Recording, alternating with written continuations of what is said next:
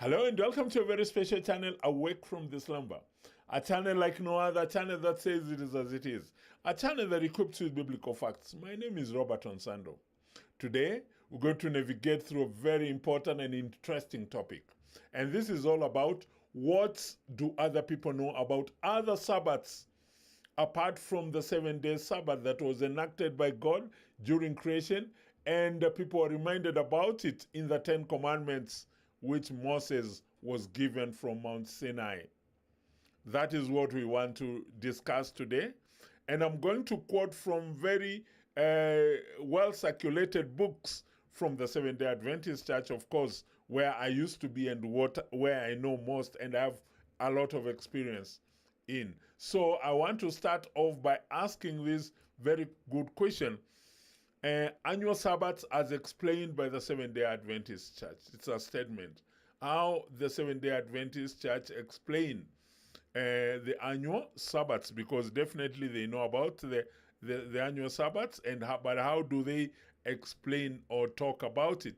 I have captioned my topic or the statement that I want to discuss from the book of the Seventh-day Adventists Believe. This is page 285. That's where you can get it in the middle. I think is bullet number 4. That's where they talk about the annual Sabbath and how they explain. Because my caption is not as clear as other people can see, so I decided to rewrite the same in the next slide so that we can all see and understand. This is how it reads. The annual Sabbaths, in addition to the weekly Sabbath, according to Leviticus 23, verse 3, there were 7 annual ceremonial Sabbaths scattered through Israel's religious calendar. I want you to take note of there were 7 annual ceremonial, they have just put it ceremonial Sabbaths, which were scattered through according to Israel's religious calendar.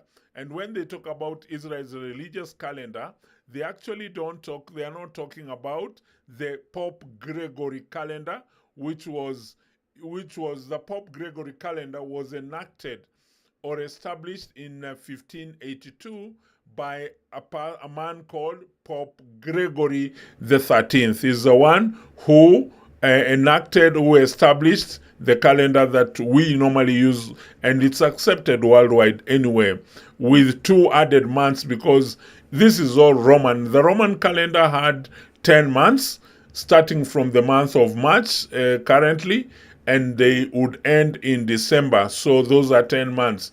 But they added 2 more after realizing that the biblical calendar has 12 months. So they added 2 more months. That's January and February. Those were added months. And January comes from Janus.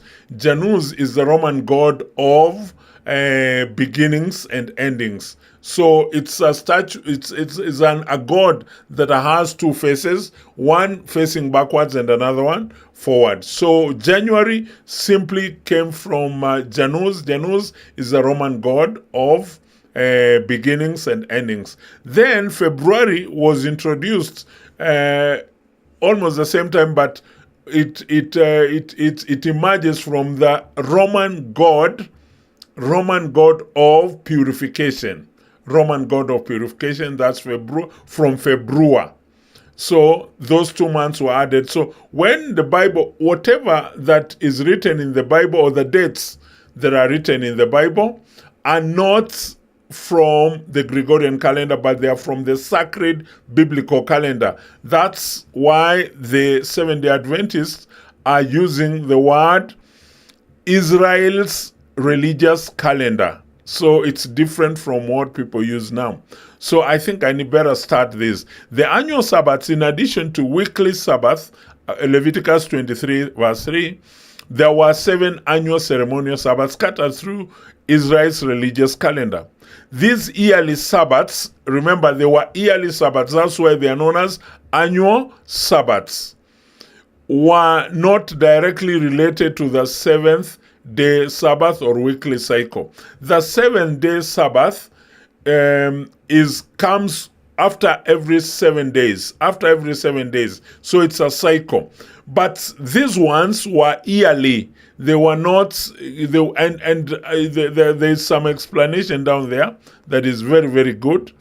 So these yearly Sabbaths were not directly related to the 7-day Sabbath or the weekly cycle. These Sabbaths, beside the Sabbaths of the Lord, Leviticus 23 verse 38, were the first and last days of the Feast of Unleavened Bread. What they mean is the Feast of Unleavened Bread was for 7 days. Feast of Unleavened Bread came immediately after the Lord's Passover, which was on the 14th day of the first month. So as we begin the Feast of Unleavened Bread on the 15th, the first day of that 7 days of the unleavened bread was to be a Sabbath. And the seventh one was also to be a Sabbath. So that's what they mean here by saying the first and the last days of the Feast of Unleavened Bread, the day of Pentecost, the Feast of Tabernacles. That's where we have the annual Sabbaths. And you can read the verses. That have been given down there. Leviticus 23 verse 7, 8, 21, 24, 25, 27, 28, 35, and 36. Let me continue. Because of the reckoning of these Sabbaths, counting of these Sabbaths, depended on the beginning of the sacred year, not the Gregorian year, but the sacred year, which was based on the lunar calendar. They could fall on any day of the week. These Sabbaths that we are talking about could fall on any day of the week. Where the 14th day, the 15th day arrives, where you find it in the first month, if it is on Tuesday, on Wednesday, that will be a Sabbath. That's the explanation that is given. So it does not have a specific day, but it's day of the week. But anywhere it falls, where these days fall, like 15th, where it falls, then that will be the Sabbath. That's the explanation that has been given there, which is correct. So, now this is where there is a discrepancy. When they coincided with the weekly Sabbath, they were called high days. John 19:31. So we were going to discuss about that much later. For me, that is where we have a discrepancy. Because when they have already said that where it falls, because what they said is, which was based on lunar calendar, they could fall on any day. You know, they are saying they could fall on any day. They could fall on any day of the week. But when they coincided with the weekly Sabbath, they were called high days. So that is a discrepancy. I'm going to explain that. While the weekly Sabbath was ordained at the close of creation week for all mankind, the annual Sabbaths were an integral part of an integral part of the Jewish system of rites and ceremonies instituted at Mount Sinai, which pointed forward to the coming of the Messiah. So these Sabbaths or festivals were pointing at Jesus' coming, and the observance of which terminated with his death on the cross. That is the thinking of the Seventh-day Adventists, that it was terminated. They all ended on the cross. That is the book of Seventh-day Adventists, believe, page 285. Now, because of this, I want us to read something. I want us to read the book of Leviticus, just to confirm what the Seventh-day Adventists believe. Whether it is right or... Let's try to prove this from the Bible directly. What does the Bible say? Leviticus 23 verse 1. And the Lord spake unto Moses, saying, Speak unto the children of Israel, and say unto them, concerning the feasts of the Lord, which ye shall proclaim to be holy convocation, even these are my feasts. Number one, these are not feasts for the Jews or for the Israelites. They are feasts of the Lord. But Moses was leading the Israelites. Because Moses was leading the Israelites, he was commanded by God to speak to the children of Israel. And they should take note concerning, that's taking note, of the feasts of the Lord, which shall proclaim to be holy convocation. Holy convocation is holy assembly. And even these are my feasts. Then he begins to explain the feasts which belong to God. And he begins in verse 3. This is what the Lord is saying. 6 days shall work be done, but the seventh day is the Sabbath of rest. And holy convocation, ye shall do no work therein. It is a Sabbath of the Lord in all your dwellings. Now, listen to this. God is talking to Moses as the leader of the children of Israel, as they were being liberated from the Pharaoh, from Egypt. And then he is telling them, listen, Moses, as you tell this to the Israelites, concerning the feasts of the Lord, which you shall proclaim, or which shall be proclaimed as holy convocation. It will be holy. You guys will gather together. It will be a holy assembly. Anytime we have these feasts, come together as holy assembly. And these are the feasts. Then he's telling them, this is what I want you to tell the Israelites. Verse 3, 6 days shall work be done. That is the weekly Sabbath. It will be a holy convocation. No work shall be done. Therefore, it is a Sabbath. So you cannot exonerate, you cannot remove the Sabbath from the weekly Sabbath from the other Sabbaths. They are the same Sabbath. The way you celebrate the Sabbath, the weekly Sabbath is the same way you're going to celebrate the other Sabbaths. That's what Leviticus is saying. Now, when you continue to verse 4, he again repeats, because this first feast, which is the weekly Sabbath, comes at a cycle of after every 7 days. But now he's going to the yearly ones. And this is what he's saying. These are the feasts of the Lord.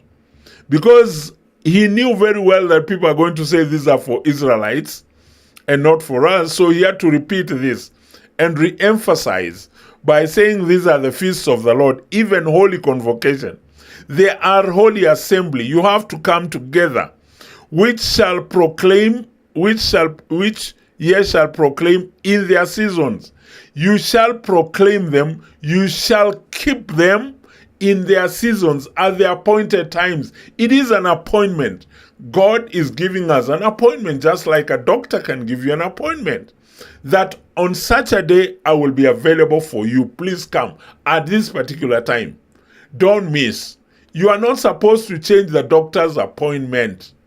Because if you change the doctor's appointment, you will miss the doctor. And now God is giving us appointments.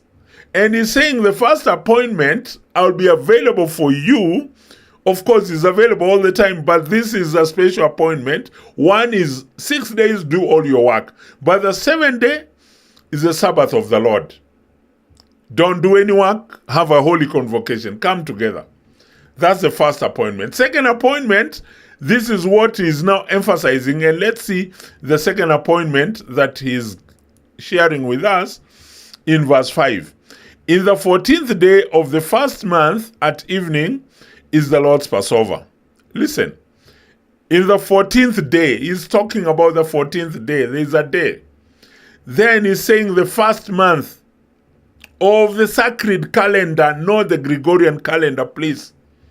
The Bible does not use the Gregorian calendar.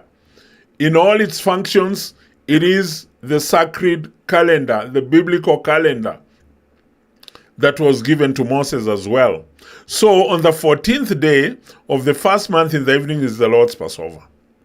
Verse 6, and on the 15th day, after 14th we go to the 15th day.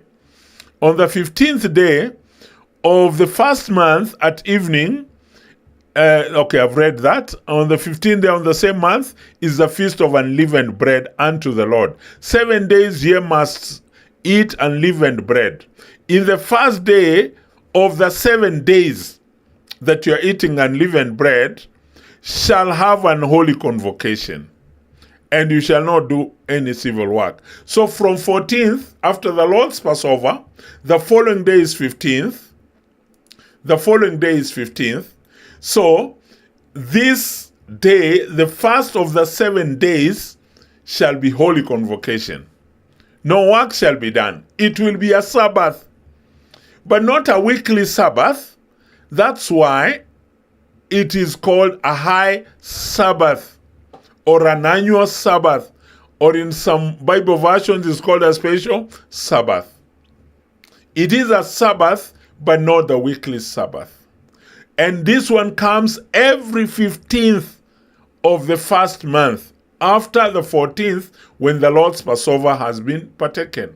So for 7 days, it will be Feast of Unleavened Bread. But the first and the last day, the first and the 7th day, shall be holy convocation. It will be a Sabbath. You shall not do any work. So because I really wanted to share, and they are clear about that, because when you read what the Adventists believe and what they have said let me go back to the book that we were reading and the caption that I have. They are saying that this Sabbath, beside the Sabbaths of the Lord, were the first and the last days of the Feast of Unleavened Bread, the day of Pentecost, the Feast of Tabernacles. The first and the last were called, they were Sabbaths, but they were annual Sabbaths because they only come once in a year. Then they don't repeat. And they come at the appointed time. Where 15 falls, it can fall on a Thursday, it can fall on a Friday, it can fall on a Saturday. It's a Sabbath. You call it a high Sabbath. So I really wanted you to get that, because that's the understanding, and they're right in some, that's what they're saying. So when we compare this now with, there's something I want to read about the high Sabbath, because they talked about the high Sabbath, which is used in the book of John 19:31. The Jews, therefore, because it was preparation that the bodies should not remain upon the cross on the Sabbath day, for that Sabbath day was an high day. That is very, very important. That simply tells you it was not a weekly Sabbath. That is where there is that emphasis. And how do we know this? Even the preparation they are talking about, if you go back to 19 verse 14, it will tell you it was preparation of the Passover, because Jesus was crucified during the week of the Passover. And the Passover was supposed to be on the 14th day of the first month. Then the following day, after his crucifixion, because remember, they had already partaken the Lord's Passover in the evening. When he told Peter and John to go and prepare a place, and they went and prepared a place. And in the evening, when the time had come, they reclined. So, and they partook the Lord's Passover. And he said, I will not eat it again until in the fulfillment in the kingdom. So they had already done away with the Passover that very night. That was the 14th. The day begins in the evening, and the 14th, that is when the Passover was being partaken. So the whole day they took Jesus and they crucified him in the morning at 9 in the morning. Then at noon, it was darkness. Then he died at the ninth hour. So they had to go and bury the body because the following day was to be a Sabbath. That was on the 15th of the first month. It was supposed to be a high Sabbath and the beginning of the Feast of Unleavened Bread. That is what it explains. And this really tells you that Jesus was never crucified on a Friday. It was on the 15th. It was on the 14th day of the first month. Then the following day was a Sabbath. So when they said that the Sabbath was about to approach, it was not the weekly Sabbath. It was the annual Sabbath or high Sabbath. That very week when Jesus was crucified, there were two Sabbaths. There was this one of the Feast of Unleavened Bread. Then there was the weekly Sabbath. And that is, if you count that, then that brings you 3 days and 3 nights. Matthew 12, verse 40, which is very clear. So there were other Sabbaths apart from the weekly Sabbath. And when we talk about this, you must always consider using a sacred calendar. If you make a mistake of using the Gregorian calendar, you get it wrong. Exodus 12, verse 1, and the Lord spake unto Moses. It's still the Lord speaking unto Moses and Aaron in the land of Egypt. Remember, this was in the land of Egypt. Saying, this month shall be unto you the beginning of months. It shall be the first month of the year. God has declared the beginning of the year. And that was the first month. Which month is this? Deuteronomy 16:1. Observe the month of Abib and keep the Passover unto the Lord thy God. For in the month of Abib the Lord thy God brought thee forth out of Egypt by night. It cannot be clearer than what is written. The first month of the year, according to Moses, how God instructed him, is in the month of Abib. Month of Abib begins in the month of March, because these two other months, January and February, were added months. So the biblical year does not begin in January. It begins in March, and it's the month of Abib. January, February, March, April, these are the Roman names, how the Romans named the years, just to confuse man. Remember what the Bible says in the book of Daniel 7:25. He will speak pompous words, he will lift himself high, and would want to change the times and laws. Exactly, the times and laws were changed to confuse man so that we will not be able to identify God's appointed days or the days that God has appointed and given us. So what I'm trying to say is we have other Sabbaths, and it should be clear for all of us to agree that we have other Sabbaths. If you want to know it's a real Sabbath, you can read the book of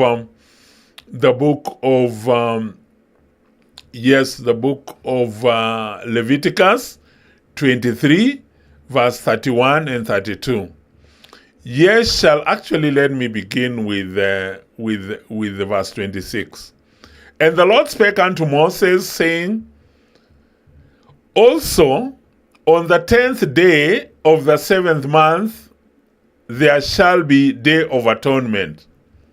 Now listen to this. 10th day of the 7th month, not using Gregorian calendar, using the biblical calendar. That's when the Day of Atonement is. On the 10th day of the 7th month it shall be holy convocation, holy assembly unto you. And ye shall afflict your souls and offer an offering made by fire unto the Lord, and ye shall do no work that same day. For it is a day of atonement, to make an atonement, atonement for you before God. Let me continue in verse 31 and 32. Ye shall do no manner of work. It shall be a statute forever throughout your generations in all your dwellings. Then in verse 32, it shall be unto you a Sabbath of rest, and ye shall afflict your souls in the 9th day. 9th day begins, that is the beginning. When you end the 9th day, you go to the 10th day. That evening, from evening to evening, ye shall celebrate your Sabbath. So this is not the weekly Sabbath, but it is a Sabbath that falls on a given date that God has given us as an appointment. So generally, I just wanted to share with you, my brothers and sisters, that we have other Sabbaths apart from the weekly Sabbath. Israelites were only used as a conduit to be an example to the rest of the world so that we can learn from them. God was using the Israelites so that we can learn from them. Otherwise, it is supposed to be for all of us. May God bless you as we continue learning each and every other day, and subscribe to this special channel. Don't miss very important things. I'm about to bring you another mind-boggling thing that you need to know. May God bless all of you.